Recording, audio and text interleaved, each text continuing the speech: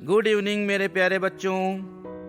मैं आशुतोष शर्मा, आपका आशु अंकल, कहानियों के एक नए अद्भुत संसार में आपका स्वागत करता हूँ, अभिनंदन करता हूँ। आज हम शुरू करते हैं एक बड़ी सुंदर सी कहानी के साथ, जिसका नाम है तब से बैठा देख रहा हूँ फिर आने की राह। ये कहानी उन दिनों की है जब हरिद्वार में अर्धकुंभी मेला लगा था। वहां मैं भी गया था। मैंने 3 दिन से देखा कि एक सिपाही सरकारी वर्दी में एक पेड़ के नीचे बैठा माला जपा करता है। तीसरे दिन मैं उसके पास गया। उसने हाथ जोड़कर कहा, जय सीताराम जी स्वामी जी। मैं पास ही बैठ गया। मैंने उनसे पूछा, तुम किस टाइप के सिपाही हो जी? वो बोला, क्यों स्वामी जी? सिपाही के हाथ में माला? सिपाही के हाथ में तो चाहिए भाला। क्या सिपाही एक भक्त नहीं बन सकता? सिपाही बोला। मैंने कहा, जो भक्त होगा वो सिपाही नहीं बनेगा, और जो सिपाही होगा वो भक्त नहीं बनेगा। ये दोनों ही विपरीत अवस्थाएं हैं। वो बोला, परंतु मुझ में वे दोनों बातें हैं। मैंने कहा, देखो सिपाहियों का जीवन। वे देखो, 2 सिपाही गांजे के दम लगा रहे हैं, और उन्हें देखो, वो देखो, एक सिपाही किसी गरीब यात्री से पैसे ऐंठ रहा है, और उधर देखो, वे 3 सिपाही पुल पर आने वाली युवतियों को कैसे घूर रहे हैं। तब सिपाही बोला, आप ठीक कह रहे हैं, आज हमारी सिपाही की कौम ही अधर्मी हो गई है। मैंने कहा, इधर तुमको देखो, सबसे अलग विरागी की तरह माला जप रहे हो। किसका मंत्र जप रहे हो? उसने कहा, भगवान विष्णु का। मैंने पूछा, ये मंत्र तुमको किसने दिया? तब उसने कहा, मेरे गुरु ने। फिर मैंने पूछा, तुम्हारा गुरु कौन है? उसने कहा, मेरी स्त्री, मेरी पत्नी। मैंने कहा, क्या विरोधाभास का जोड़ा है। सो क्यों स्वामी जी? उसने कहा, एक तो सिपाही भक्त, दूसरे स्त्री गुरु, ये दोनों ही विरोधाभास है। यानी सिपाही भक्त नहीं बन सकता क्योंकि सिपाही की जाति आज जालिम हो गई है, और स्त्री गुरु नहीं बन सकती क्योंकि औरत की जाति मायाविनी होती है।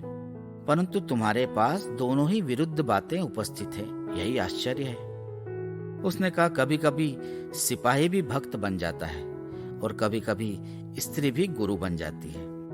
मैंने कहा, यह ठीक है, भगवान असंभव को भी संभव बना दिया करते हैं। सिपाही बोला, लक्ष्मण जी की गुरु सुमित्रा देवी स्त्री ही जाति की थी। तुलसीदास जी की गुरु रत्नावली स्त्री ही थी, और गोपीचंद की गुरु उनकी माता मैनावती जी भी स्त्री ही थी। इसी प्रकार मेरा गुरु भी मेरी स्त्री है। मैंने पूछा, तुम्हारा नाम क्या है?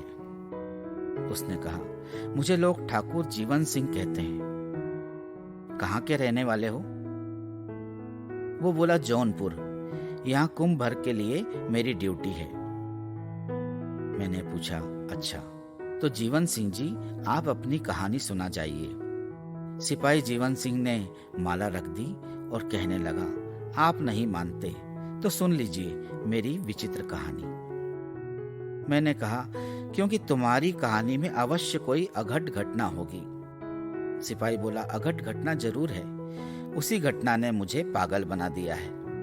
मैंने पूछा, कहो क्या बात है, शायद मैं कोई सलाह दे सकूं। सिपाही बोला, इसलिए सुनाता हूं कि शायद आप कोई रास्ता दिखलाएं। बात यह है कि मैं पक्का सुधारक था, सबका खंडन करता था, और मेरी स्त्री थी परम श्रद्धालु और घोर सनातन धर्मी। मैंने पूछा, घोर सनातन धर्मी? सिपाही बोला, घोर नहीं बल्कि घन घोर सनातन धर्मी। उसने आंगन में तुलसी का वृक्ष लगा रखा था, और एक मूर्ति शालिग्राम जी की रख दी थी, जो उसके गुरु उसे दे गए थे। तुलसी के घरौंदे में भगवान विष्णु जी की तस्वीर टंगी थी। रोज सवेरे उठकर स्नान करती और ठाकुर जी की पूजा करती थी, रामायण पढ़ती और विष्णु सहस्त्र नाम का पाठ करती, तब जाकर किसी से बात करती थी। उसका नाम क्या था? सिपाही बोला, वो मर नहीं गई है, उसका नाम गोमती देवी है। 3 पुत्र तथा 1 कन्या की माता है। मैंने पूछा, अच्छा आगे कहो। सिपाही बोला, एक दिन रात को मैंने उससे कहा कि कप्तान साहब मुझ पर नाराज हैं। एक दिन सलाम नहीं किया, इसी से नाराज हो गया। मेरा तबादला उस पापी ने अल्मोड़ा कर दिया है। तब गोमती ने पूछा, ये अल्मोड़ा कहाँ है? सिपाही बोला, जहाँ के हमारे मुख्यमंत्री और प्रसिद्ध कवि उन दिनों पंत जी थे। वो एक पहाड़ी जिला है। वहाँ के लोग बड़े रूखे माने जाते हैं। यहाँ से बहुत दूर है, धरती के छोर पर समझो। तब गोमती बोली, तो क्या करोगे? सिपाही बोला, इस्तीफा दूंगा मैं तो। तब गोमती बोली, गुजर कैसे होगी? सिपाही बोला, खेती करूंगा। उत्तम खेती ही है, नौकरी तो निकृष्ट है। तब गोमती बोली, घबराओ मत, मैं अपने विष्णु भगवान से प्रार्थना करूंगी कि तुम्हारा तबादला मनसूख हो जाए। मनसूख यानी निरस्त हो जाए। सिपाही बोला, मैं कप्तान के पास जाकर तबादला रोकने की प्रार्थना कदापि न करूंगा। तब गोमती बोली, मत करना। सिपाही ने पूछा, फिर भी तबादला रुक जाएगा? तब गोमती ने निश्चिंता से कहा, हाँ, रुक जाएगा।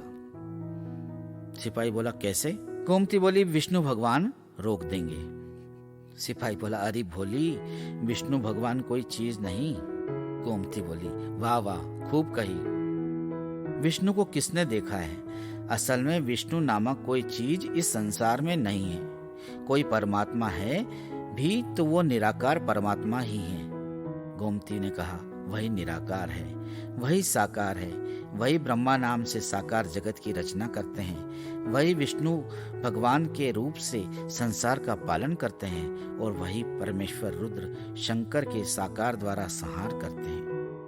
सिपाही हंसकर बोला, मैं ये तो मान ही नहीं सकता कि विष्णु भगवान कोई चीज है। पर यदि विष्णु कोई थे तो वे अब बूढ़े हो गए होंगे या मर गए होंगे।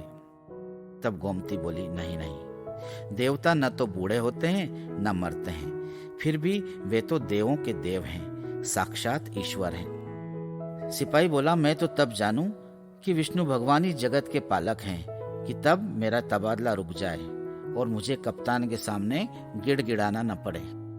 गोमती ने कहा, ऐसा ही होगा, आप निश्चिंत रहिए।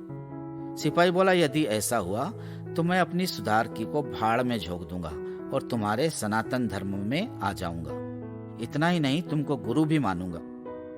गोमती ने कहा, आज मैं प्रार्थना करूंगी। जीवन सिंह ने कहा, मैं कल प्रातः इस्तीफा दे दूंगा, लिख रखा है, इसलिए जो भी तुमको करना है आज ही कर डालना, क्योंकि परसों अल्मोड़ा जाने का हुक्म मिलेगा।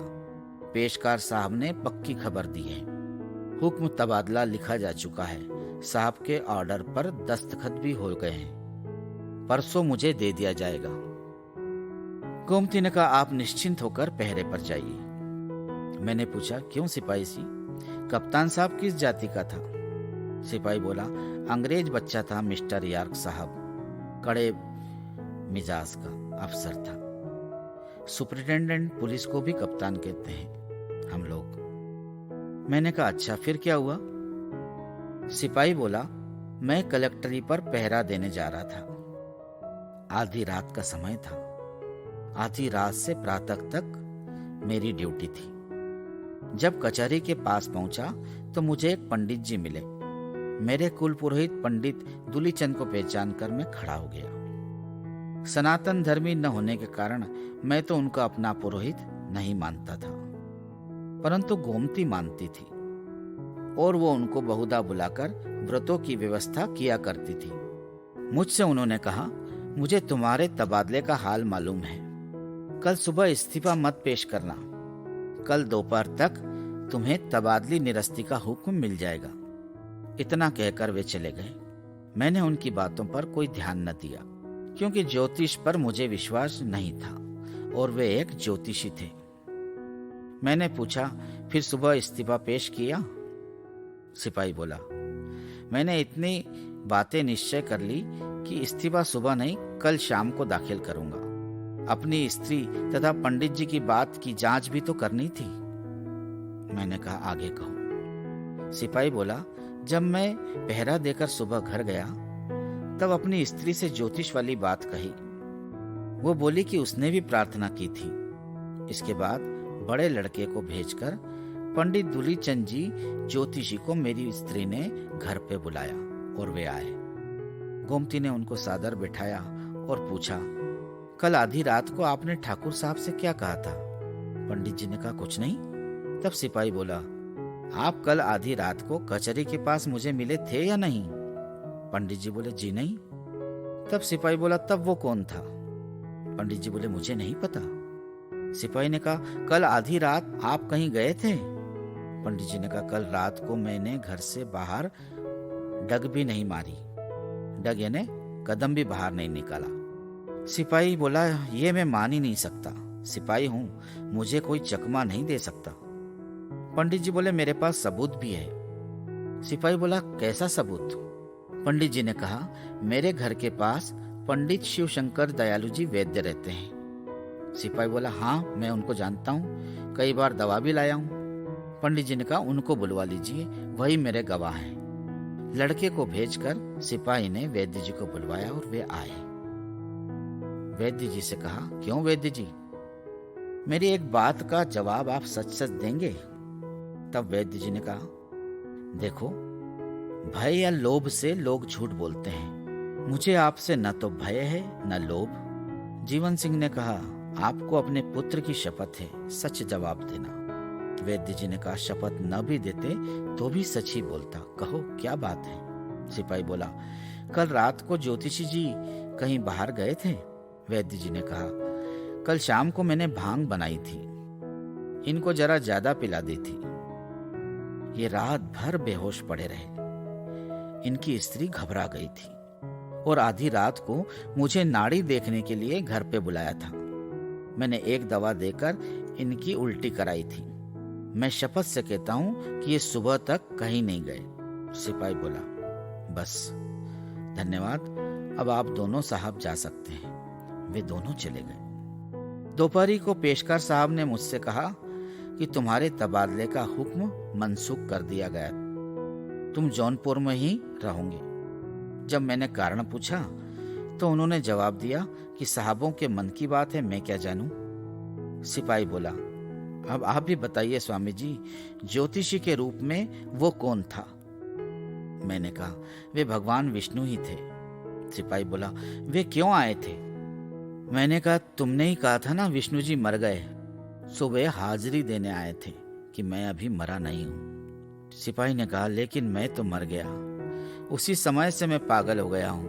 यदि मैं जानता कि विष्णु भगवान ही ब्राह्मण के रूप में खड़े हैं तो मैं उनके चरण पकड़ लेता, भक्ति का वरदान मांगता। मैंने कहा, तुमको दर्शन हो गया, तुम धन्य हो। बड़े बड़े भक्तों को उनका दर्शन नहीं होता, फिर इस कलयुग में तो और भी कठिन बात है।